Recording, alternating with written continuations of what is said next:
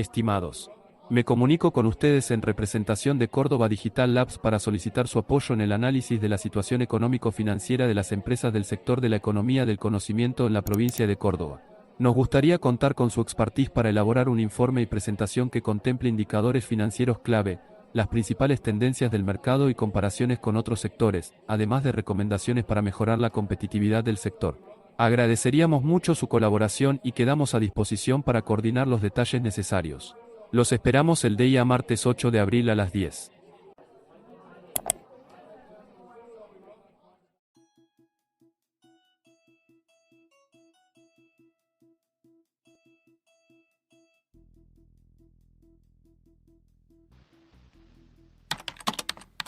Estimados, con gusto colaboraremos con ustedes.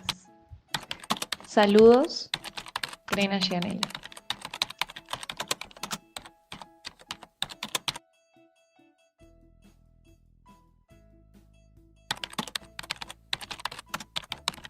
Hola, buenos días. Con gusto acepto la oferta. Realmente estoy agradecido de la oportunidad. Atentamente, Francisco Liprandi.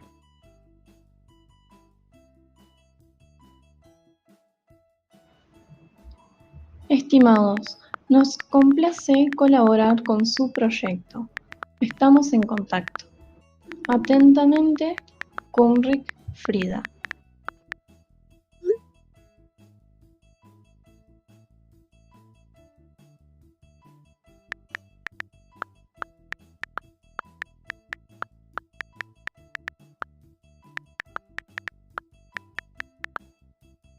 Buenos días. Cuenten conmigo para el trabajo. Nos vemos pronto. Juliana de Paula.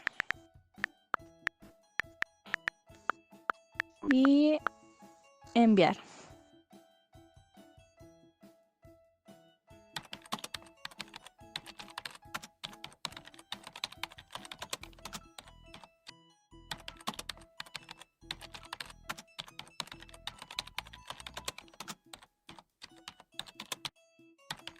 Hola, buenas tardes. Cuenten conmigo. Muchas gracias por la oportunidad.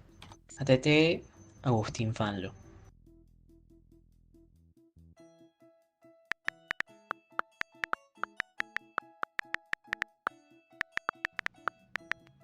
Buenas tardes, con gusto colaboraremos con ustedes. Muchas gracias.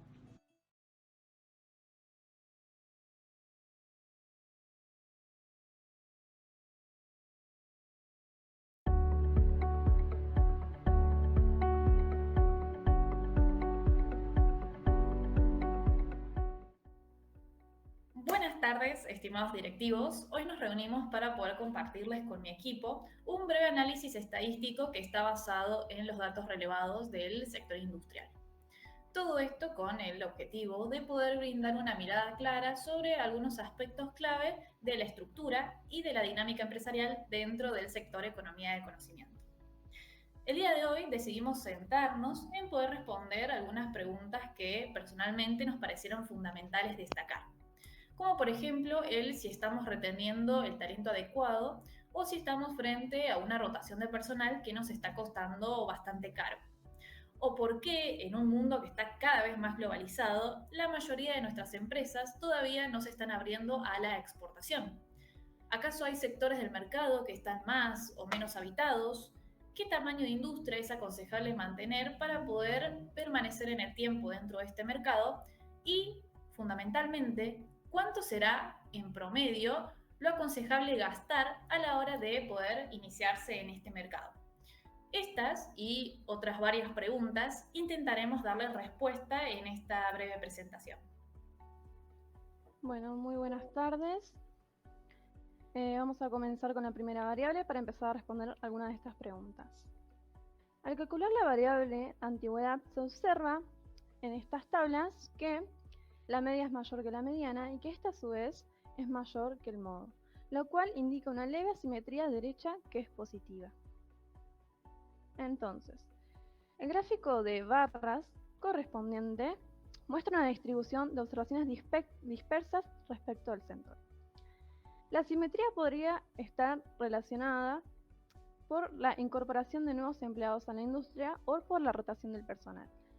Es posible que los empleados con menor antigüedad permanezcan a generaciones más jóvenes, las cuales suelen ser más propensas a buscar nuevas oportunidades y cambios de entorno, mostrando menor permanencia en un mismo sector. Por el contrario, las generaciones con mayor antigüedad tienden a valorar la estabilidad laboral y permanecer en sus puestos, lo que se refleja en los valores más altos de la variable. Como resultado, el gráfico adquiere una forma achatada, o mejor dicho, platicúrtica. Entonces, si nos ponemos a pensar, ¿a qué se deben estos cambios de rotación? La rotación del personal puede deberse a distintos factores como la satisfacción o insatisfacción del área de trabajo, las oportunidades de ascenso, aumentos salariales o incluso el mercado laboral, sea abierto o cerrado según las preferencias de cada uno. Además, la cultura organizacional es muy importante porque en los entornos donde se fomenta el crecimiento personal y el reconocimiento, es más probable que los empleados con años de antigüedad se sientan satisfechos y decidan continuar en las empresas.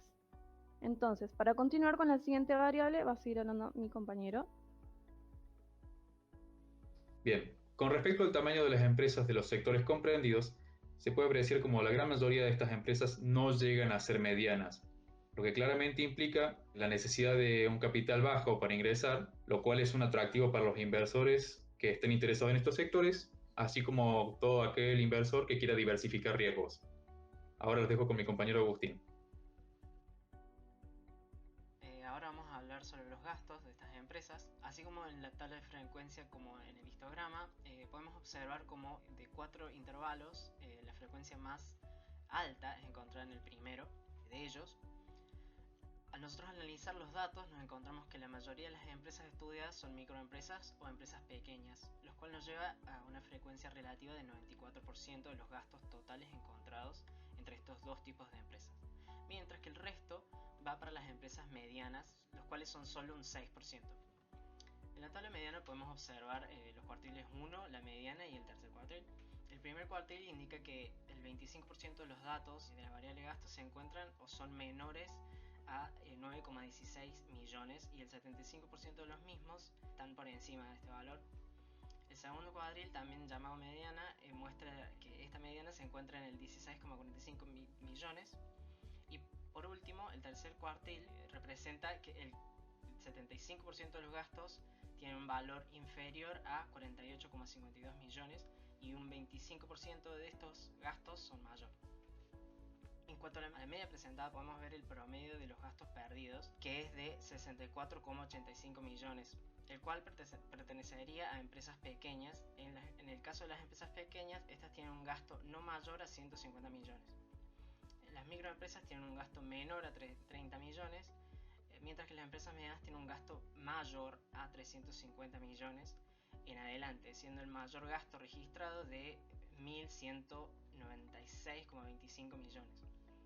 Cabe notar que las microempresas y las empresas pequeñas son las que gastan en menor cantidad de dinero, siendo solo un 43,97% de los gastos totales. El otro, 56,03%, pertenece solo a las empresas medianas, que al ser más grandes tienen que pagar más servicios, más empleados, y esto nos lleva a la conclusión de que mientras más grande sea la empresa, mayor es su empleo de recursos, facturación, sueldos y gastos, lo cual deja con la idea de que la mayoría de los emprendedores optan por empezar con una empresa pequeña, las cuales pueden ser operadas con un capital más bajo y perdurar con una facturación estable constante a lo largo de los años. Teniendo en cuenta esto, puedo hacer un punto adicional que es interesante, que es el hecho de que con respecto a empresas destacadas financieramente y otras que se encuentran con problemas financieros, es importante destacar que mientras más grandes son, mientras más capital abarcan, menos problemas tienden a tener en sentido financiero y viceversa, lo cual da la noción de que es bueno el poder ingresar con un capital bajo, pero la perspectiva a largo plazo debería ser el crecimiento. Lo dejo con exportaciones ahora. Bueno, buenas tardes a todos. El día de hoy voy a estar haciendo un breve análisis sobre las causas que hacen que las empresas decidan exportar y por qué algunas aún no lo hacen. Como observamos en pantalla en nuestro gráfico de torta, el 74% de las empresas en esta industria es no exportadora, lo que sugiere que la mayoría de las empresas se enfocan en el mercado local, mientras que solo el 26% es exportadora. Bueno, dicho esto, a continuación voy a mencionar las posibles causas de esta diferencia entre cantidad de empresas que exportan y empresas que no. Como ya mencioné anteriormente, la proporción de empresas que no exportan es significativamente mayor que las empresas que sí lo hacen. Esto también lo podemos visualizar en el gráfico, observando que las empresas no exportadoras ocupan una superficie mucho mayor, lo que podría estar advirtiéndonos de barreras o desafíos que enfrentan las empresas para expandirse internacionalmente. Las razones pueden ser por falta de competitividad o de acceso a recursos para la exportación, entre muchas otras. O bien, visto desde otro lado, quizá el mercado local sea lo suficientemente eficiente para absorber la producción, lo que reduce el incentivo a exportar. Bueno, después de este análisis, nuestra recomendación es considerar estrategias para fomentar la exportación y mejorar la competitividad en el mercado global de esta industria. Unos ejemplos, entre otros, son mejorar la productividad y la competencia. ¿Cómo se puede lograr esto? Bueno, invirtiendo en capacitaciones, mejoras tecnológicas y estudios de mercado. También nos parece muy importante, antes de lanzarse a exportar, analizar a los competidores y generar contactos para establecer alianzas estratégicas entre distintas empresas. También considerar la política comercial nacional e internacional, cumplir con regulaciones y normas, aprovechar acuerdos comerciales y participar en cámaras de comercio. Bueno, todas estas son opciones que les permitirán incursionar en el mundo de la exportación. Bueno, para finalizar, a continuación mi compañera va a explicarles la relación de cada sector con su respectivo mercado. Buenas tardes, ahora vamos a hacer un breve análisis sobre esta tabla de contingencia que tenemos a continuación. Vamos a observar la especialización de los sectores y su inserción en el mercado internacional. En la tabla observamos que tanto el sector aeroespacial como el audiovisual operan exclusivamente en Latinoamérica. Esto puede significar una baja relación con el comercio internacional, que a su vez lo podemos ver como una futura oportunidad, ¿no?, para expandirnos a nuevos mercados. Dado el contexto de cada sector y mercado, se va a recomendar profundizar más en la investigación de variables claves en cada uno de estos que permita evaluar la viabilidad de la expansión de la industria hacia mercados asiáticos o hacia otros continentes, ¿no? Por otro lado, tenemos el sector industria, que nos muestra una distribución equilibrada entre los diferentes mercados. Esto sugiere una estrategia de internalización más consolidada. En este caso, la recomendación es mantenerse y fortalecer la investigación en todos los mercados actuales, ¿no?, con el objetivo de sostener el crecimiento y seguir diversificando la presencia internacional. Por último, tenemos el sector software. Aunque ya tiene una orientación exportadora, presenta una concentración muy marcada en el mercado latinoamericano. Esto va a implicar un potencial sin explorar en el mercado asiático, donde la digitalización, la automatización y el desarrollo tecnológico son prioritarios. Por lo tanto, un consejo podría ser que es conveniente invertir en estudios de mercado, análisis de demanda y condiciones de exportación en esas regiones para poder identificar oportunidades reales de penetración y adaptación hacia las necesidades estudiadas. Bien, ya llegando a las conclusiones finales, luego de todo lo que acabamos de ver a lo largo de esta presentación, nos damos cuenta que todos estos datos nos ofrecen una radiografía clara de lo que es toda esta industria analizada, ¿no?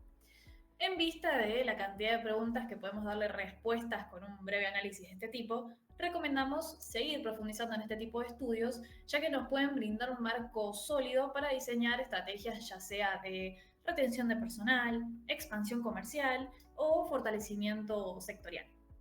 La información, bien interpretada como en este caso, es una herramienta bastante poderosa para liderar con inteligencia. Para finalizar, esta presentación no busca cerrar ninguna discusión, todo lo contrario. Los invitamos a poder abrir nuevas preguntas, como lo son los tipos de cambios que pueden llegar a impulsar si tomamos conciencia de todo lo que estos datos nos revelan, ¿no? O qué estrategias podemos llegar a repensar con esta información ya puesta sobre la mesa. Hay que tener en claro que poder entender nuestros datos no es solo una tarea técnica, sino que es una herramienta estratégica para poder liderar mejor. Muchas gracias por su atención y que tengan una linda tarde.